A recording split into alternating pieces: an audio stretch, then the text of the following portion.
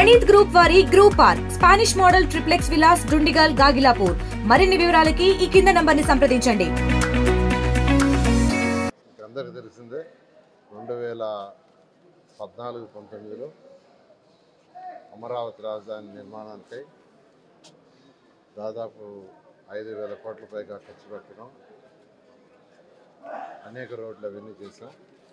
అప్పుడు అమరావతి రాజధాని capital city ఏదైతే ఉందో దాని యొక్క శంకుస్థాపనకి ఆ రోజు ప్రధానమంత్రిగా రావడం జరిగింది. వారి చేతుల మీద జరిగింది.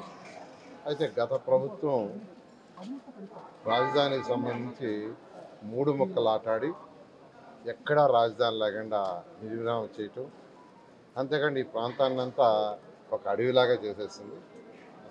అయితే ఈ ప్రభుత్వం రాగానే గౌరవనీయ ముఖ్యమంత్రి నారా చంద్రబాబు నాయుడు గారు వెంటనే ఈ ఏరియా అంతా పర్యటించి ఇమీడియట్గా వర్క్స్ టేకప్ చేయమని సిఆర్డీకి చెప్పడం, ఆ నేపథ్యంలో యాక్చువల్గా 64,000 కోట్లకి యాక్చువల్గా టెండర్లు పిలవటానికి అథారిటీలో పర్మిషన్ తీసుకోవటం, దానికి సంబంధించి దాదాపు 41,000 కోట్లకైతే టెండర్లు పిలిచి గ్రౌండ్ అయిపోయినాయి. అయితే ఈ నేపథ్యంలో ఈ యొక్క వర్క్స్ని మళ్ళా ప్రధానమంత్రి చేతుల మీదే పునఃప్రారంభించాలని ముఖ్యమంత్రి గారు నిర్ణయించి వారిని ఇన్వైట్ చేశారు. వారు 2వ తేదీ రావడానికి యాక్చువల్గా టైం ఇవ్వడం జరిగింది. వారు 3 o'clockకి ఎయిర్పోర్ట్కి వచ్చి అక్కడి నుంచి ఇక్కడికి అమరావతి క్యాపిటల్ సిటీ తీసుకొచ్చి 1.1 కిలోమీటర్ రోడ్డు షోలో పాల్గొని ఆ విధంగా డయాస్ మీదకి వచ్చి యాక్చువల్గా 1 hour 4 to 5 యాక్చువల్ డయాస్ మీద ముఖ్య నాయకులు మాట్లాడడం జరుగుతుంది. ఈ విధంగా అమరావతి పునఃప్రారంభానికి ప్రధానమంత్రి గారు 2వ తేదీ మన రాష్ట్రానికి వస్తున్నారు. అయితే ఈ నేపథ్యంలో సుమారుగా 5 లక్షల పైగా ప్రజలు ఈ కార్యక్రమానికి వస్తారని దానికి ఏర్పాటు జరిగినాయి.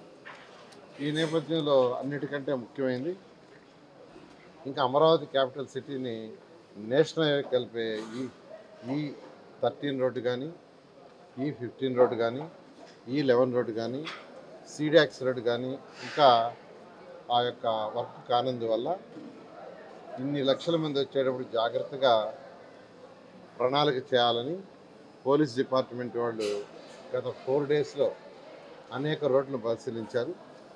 వాళ్ళు కొన్ని బాటిల్ నెక్స్ ఉన్నాయి, వాటిని క్లియర్ చేయాలంటే ఈరోజు పోలీస్ డిపార్ట్మెంటు ఐజీ గారు, ఎస్పీ గారు మరియు వారి సిబ్బంది, అదేవిధంగా సిఆర్డీఏ సిబ్బంది వీళ్ళందరితో కలిసి యాక్చువల్గా విజిట్ చేయడం జరిగింది. ఇక్కడ మొత్తం 11 ప్లేసుల్లో పార్కింగ్ ప్లేస్ ఉంటాయి. 11 ప్లేసుల్లో పార్కింగ్ పెడుతున్నారు, ఎటువంటి ఇబ్బంది లేకుండా 11 ప్లేసుల్లో. వెన్యూకి రావడానికి 8 రోడ్లు ఉన్నాయి. వెన్యూకి రావడానికి 8 రోడ్లు. ఒకటి మంగళగిరి నుంచి వచ్చే 2 రోడ్లు ఉన్నాయి, తాడేపల్లి నుంచి వచ్చేది 1 రోడ్డు ఉంది, వెస్ట్ బైపాస్ కూడా యాక్చువల్గా వెస్ట్ బైపాస్లో కూడా వచ్చి ఈ యొక్క వెన్యూకి వచ్చేదానికి ఏర్పాట్లు చేశాం. అదేవిధంగా ప్రకాశం బ్యారేజ్ నుంచి వచ్చి 2 రోడ్లు వస్తున్నాయి. అదేవిధంగా తాడికొండ నుంచి 1 రోడ్డు, హరిచంద్రాపురం నుంచి 1 రోడ్డు. ఈ రోడ్లలో అక్కడక్కడ చిన్న చిన్న బాటిల్ నెక్స్ ఉంటే అవన్నీ క్లియర్ చేయాల్సిందిగా పోలీసు వాళ్ళు రిక్వెస్ట్ చేశారు. దాని మీద ఈరోజు అధికారులతో, సిఆర్డీ అధికారులతోనూ వాళ్ళందరితో అవన్నీ విజిట్ చేసి ఇన్స్ట్రక్షన్స్ ఇచ్చాం.